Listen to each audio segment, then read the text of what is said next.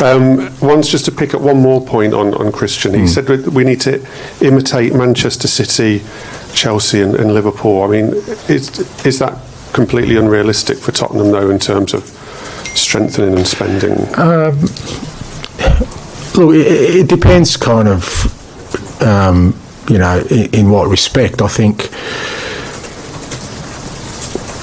we know there are things that we can compete with. I don't think it's, like I said, I don't think it's just about finances. I think, yes, finances, where the club kind of sits, we kind of know there's a gap, but not between just us, with most clubs and some of those clubs. So we understand that, but within that context, I don't think it doesn't mean you can't be competitive in your own way. I think what Christian was kind of talking about, and it's what I believe as well, is that we should aim to think like those clubs and try and be successful every year. I think the other thing that he did say, quite clearly, is that it does have the elements of being a big club. It has the infrastructure, it has the stadium, it has the support. So it's very easy to kind of point the finger of blame about one thing, but also you've got to acknowledge that these things are there as well, because other clubs are endeavouring to do that. Some still have that journey ahead. So,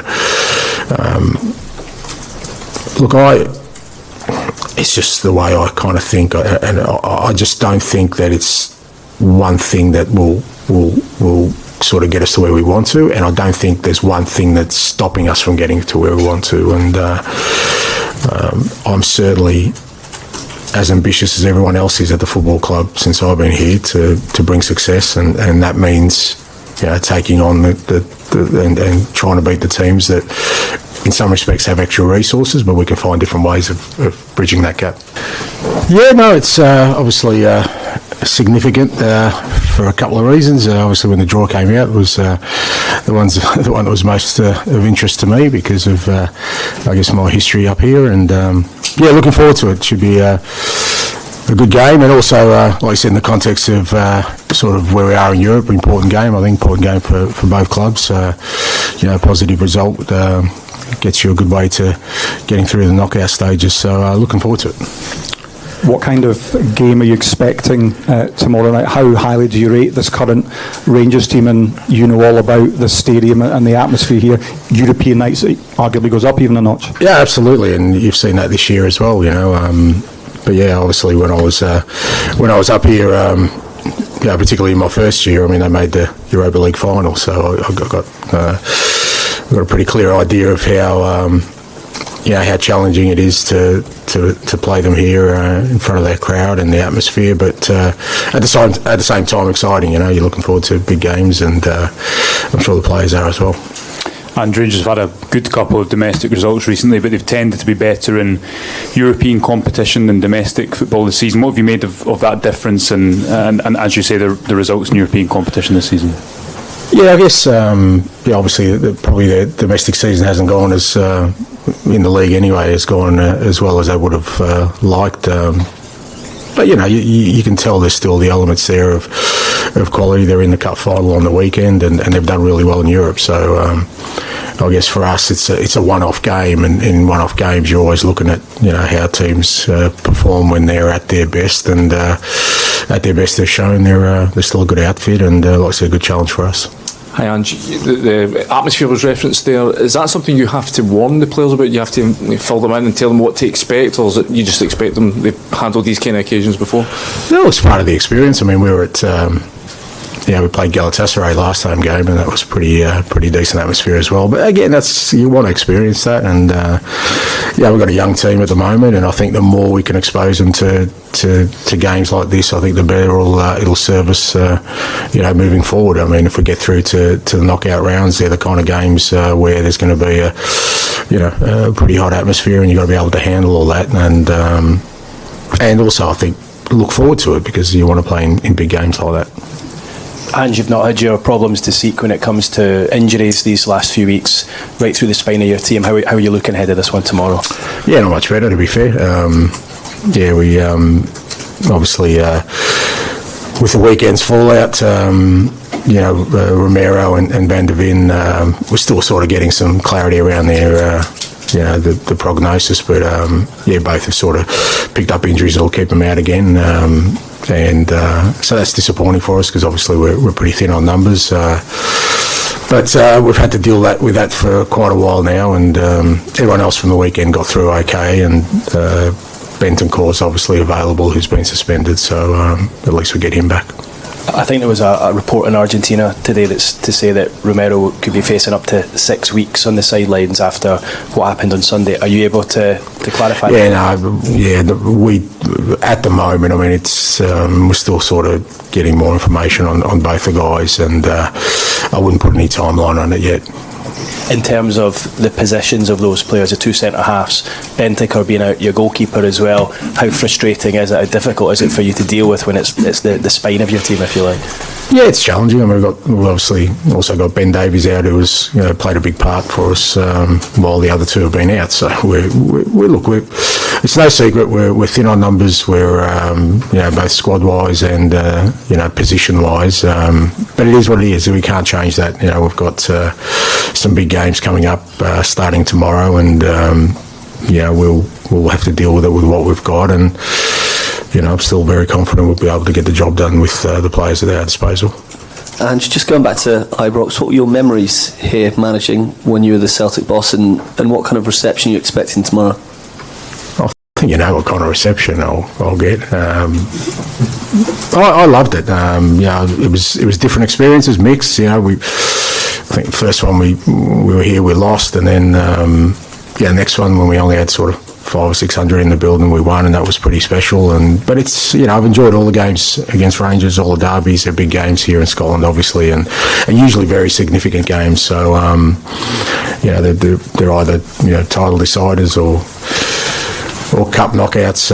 So they're always big games, and I enjoyed them all. I enjoy the atmosphere, and like I said, European nights here. It's going to be something that you want to be a part of, and hopefully overcome. Hi, Ange. Can I ask you, with Mickey, is it the same hamstring injury again? It's the same side. Whether it's the same one, obviously we just got to get clarity on sort of whether it's exactly the same spot or a different spot. Is this the worst injury crisis you've kind of ever faced? Yeah, by a fair stretch.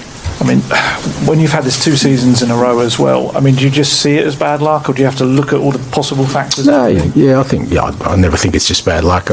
Some of it is. I've never lost a goalkeeper for this period of time. I've had other issues that we've had. But some of it is reoccurring, particularly this year in terms of guys coming back and sort of re-injuring. So it is stuff we're looking at, and you're always trying to explore whether we can do things better. I think last year was a bit different from this year. Last year it hit us across the board. This year it's more of a case of guys who are coming back that are more affected. Knock on wood, we've got a core of the group who've been playing a hell of a lot and are getting through it okay. So, but it is something we're trying to address.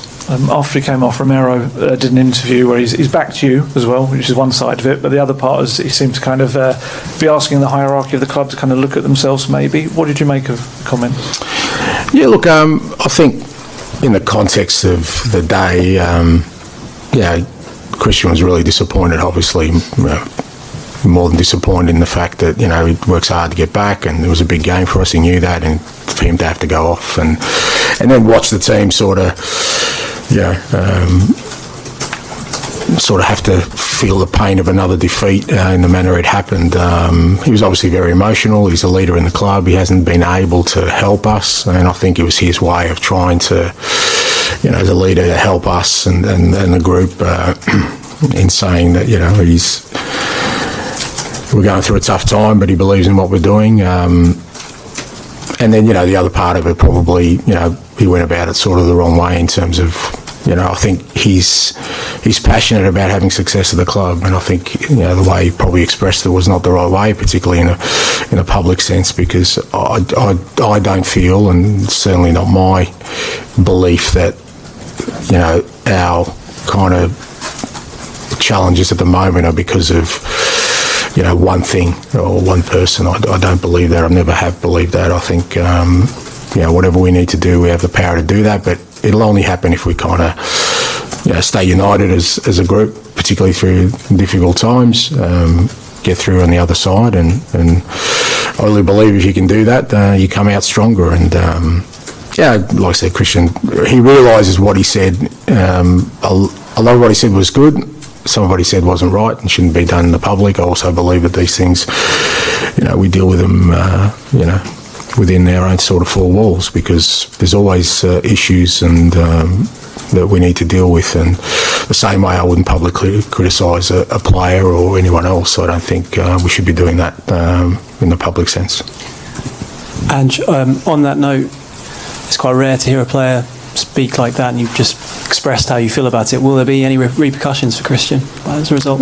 Again, I just think you deal with these things, internally. I just don't think there's any benefit in us. I know people get really sort of salacious about punishments and stuff. They really love that sort of thing. I think I'm pretty consistent in saying I don't think that that's important. I think what's more important is an understanding of,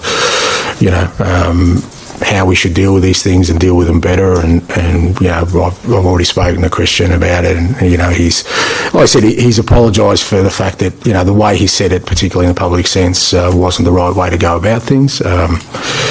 He's a human being. He got emotional, and I think he just expressed what he wanted to express, probably in the wrong way. He does care. I think would have been easy for him not to say anything. He does care, but like I said, there's a way to do these things and a way to express yourself, and the way he did it wasn't the right way. And just with Christian, Mickey and Ben Davis being out, leaves you obviously short at centre-back.